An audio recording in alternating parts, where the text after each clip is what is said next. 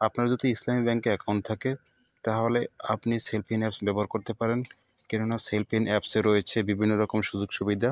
তো কি রয়েছে সেলফিন অ্যাপস ব্যবহার কীভাবে করবেন বিস্তারিত দেখার জন্য ভিডিওটি কন্টিনিউ করুন।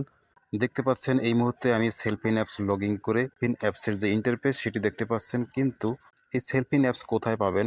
গুগল প্লে স্টোরে সার্চ করলে চলে আসবে, CELLFIN লিখে সার্চ করলে সেলফিন অ্যাপস পাবেন। কিন্তু বিকাশ, নগদ, রকেট যেরকম অ্যাপসগুলি ইনস্টল করে মোবাইল নাম্বার দিয়ে রেজিস্ট্রেশন করে চালাতে পারেন, কিন্তু সেলফিন অ্যাপস আপনি ইনস্টল করেই ব্যবহার করতে পারবেন না, রেজিস্ট্রেশন করলেও ব্যবহার করতে পারবেন না। সেক্ষেত্রে আপনাকে অ্যাক্সেস নিতে হবে।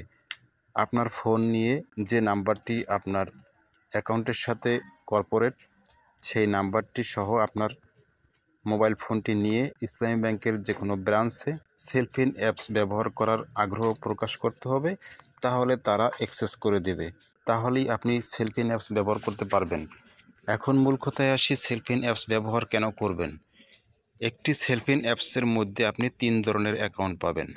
যেমন সেলফিন হচ্ছে বিকাশ, নগদ, রকেট এরকম মোবাইল ব্যাংকিং সিস্টেম। আপনার মোবাইল নাম্বারটা একটা সেলফিন অ্যাকাউন্ট হয়ে যাবে, অর্থাৎ এই অ্যাপসের মধ্যে আপনি 3টে অ্যাকাউন্ট পাচ্ছেন। একটি হচ্ছে আপনার ব্যাংক অ্যাকাউন্ট, আরেকটি হচ্ছে সেলফিন অ্যাকাউন্ট এবং আরেকটি হচ্ছে এম ক্যাশ অ্যাকাউন্ট। এম ক্যাশও হচ্ছে বিকাশ, নগদ, রকেট এই সিস্টেমে। সেলফিন অ্যাপস থেকে আপনি কি করতে পারবেন? অ্যাড মানি করতে পারবেন। ভিসা, মাস্টার কার্ড বা অ্যাকাউন্ট থেকে, কার্ড থেকে, এম ক্যাশ থেকে টাকা অ্যাড করে এই সেলফিন অ্যাপসের মধ্যে নিয়ে আসতে পারবেন। তারপরে হচ্ছে ফান্ড ট্রান্সফার করতে পারবেন। ফান্ড ট্রান্সফার করা যাবে IBBL অ্যাকাউন্টে, অর্থাৎ ইসলামী ব্যাংক অ্যাকাউন্টে বিনিময় এবং সেলফিন নাম্বারে টাকা ট্রান্সফার করতে পারবেন, অর্থাৎ আরেকজনের সেলফিন অ্যাকাউন্ট আছে, সেলফিন নাম্বারে আপনি টাকা ট্রান্সফার করতে পারবেন। আদার্স ব্যাংকের মধ্যে আপনি EFT করতে পারবেন, NPSB করতে পারবেন। NPSB হচ্ছে, জানেন যে আপনারা, দ্রুত টাকাটা চলে যায়। যখন আপনি NPSB করবেন তখন দেখতে পাচ্ছেন উপর থেকে সিলেক্ট সোর্স লেখা আছে। আপনি যে এখান থেকে টাকাটা দিবেন, অর্থাৎ সেলফিন অ্যাপস থেকে টাকা ট্রান্সফার করবেন, এখন কোথায় আপনার টাকা আছে, যেহেতু এখানে অ্যাকাউন্ট আছে 3টা, তারপর আপনার কার্ডে টাকা থাকতে পারে, এই অ্যাপসের মধ্যে কার্ড অ্যাড করা যায়। তো যদি আপনি আপনার ব্যাঙ্ক অ্যাকাউন্ট থেকে টাকা ট্রান্সফার করেন, সেক্ষেত্রে এখান থেকে অ্যাকাউন্ট সিলেক্ট করতে হবে। যেমন এখানে অ্যাকাউন্ট নাম্বারটা দেখতে পাচ্ছেন, এখানে ট্যাপ করলে অ্যাকাউন্ট সিলেক্ট হবে।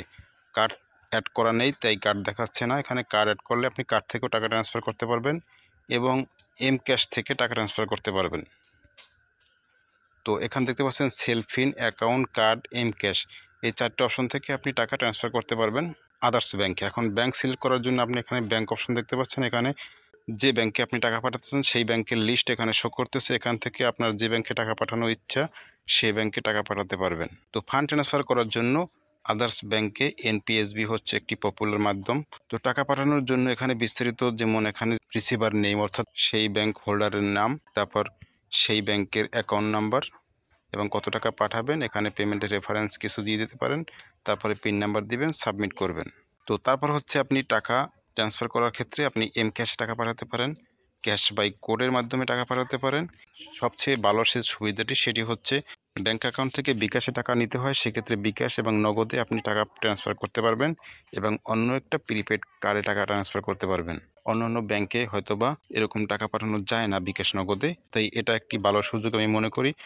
তো তারপর হচ্ছে এখান থেকে মোবাইল টপ আপ করতে পারবেন, টিকিট বাই করতে পারবেন। ক্যাশ উইথড্র করার জন্য, যেমন আপনার সাথে ATM কার্ড নাই কিন্তু এই সেলফিন অ্যাপস রয়েছে, সেক্ষেত্রে আপনি ATM বুথে গিয়ে ক্যাশ উইথড্র করতে পারবেন। এখানে ক্যাশ উইথড্র অপশন রয়েছে, এখানে ট্যাপ করলে আপনি ATM, এজেন্ট ব্যাংকিং, মাই cash, agent, branch, sub branch, এই সবগুলি থেকেই আপনি টাকা উইথড্র করতে পারবেন। তো তার মধ্যে থেকে সবচেয়ে বড় ব্যাপারটা হচ্ছে ATM থেকে টাকা তোলার জন্য আপনি কার্ড ছাড়াও ATM-এ গেলে এখানে ক্লিক করবেন, তারপরে অ্যাকাউন্ট থেকে তুলবেন না, কার্ড থেকে তুলবেন না, মাই ক্যাশ থেকে তুলবেন, এটা সিলেক্ট করবেন, অ্যামাউন্ট সিলেক্ট করবেন, পিন নাম্বার দেবেন, তাহলে একটি কোড নাম্বার পাবেন, সেই কোড নাম্বার দিয়ে আপনি ATM থেকে টাকা তুলতে পারবেন। তো বিল পেমেন্ট করতে পারবেন এখান থেকে, ঢাকা ওয়াসা, ইলেকট্রিসিটি, গ্যাস, তারপর এডুকেশন ফি, ইন্টারনেট, এই সমস্ত বিল পে করতে পারবেন।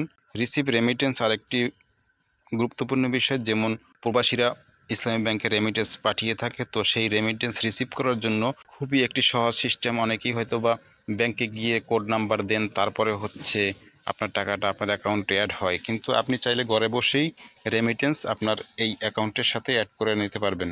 রিসিভ রেমিটেন্স অপশনে ট্যাপ করলে এখানে যে টাকাটা পাঠিয়েছে তার নাম, সেন্ডার কান্ট্রি কোন দেশ থেকে পাঠাইছেন, তারপর হচ্ছে সেন্ডার মোবাইল নাম্বার, কত টাকা পাঠাইছেন, রেমিটেন্স, পিন নাম্বার। এই পিন নাম্বারটা হচ্ছে গুরুত্বপূর্ণ।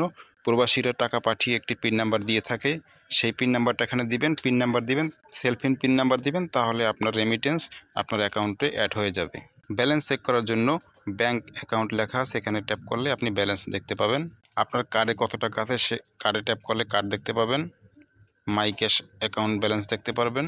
আপনি যে লেনদেন করছেন তার একটা বিবরণী স্টেটমেন্ট পেতে হলে স্টেটমেন্ট অপশনে ট্যাপ করলে আপনি কোনটার স্টেটমেন্ট দেখতে চান, অ্যাকাউন্টের না সেলফিনের না কার্ডের না মাই ক্যাশের, সেটা সিলেক্ট করে আপনি স্টেটমেন্ট দেখতে পারবেন। তো আশা করি বুঝতে পারছেন যে সেলফিন অ্যাপস ব্যবহার করা কতটা জরুরি যাদের ইসলামী ব্যাংকে অ্যাকাউন্ট রয়েছে। সেলফিনের মধ্যে থেকে আরও বিভিন্ন অপশন রয়েছে, যদি এগুলো নিয়ে স্পেসিফিক কোনো ভিডিও দিতে হয় তাহলে অবশ্যই কমেন্টে জানাবেন। আশা করি সেরকম ভিডিও দেওয়ার চেষ্টা করব। সেই প্রত্যাশা বিদায় নিচ্ছি। আল্লাহ হাফেজ।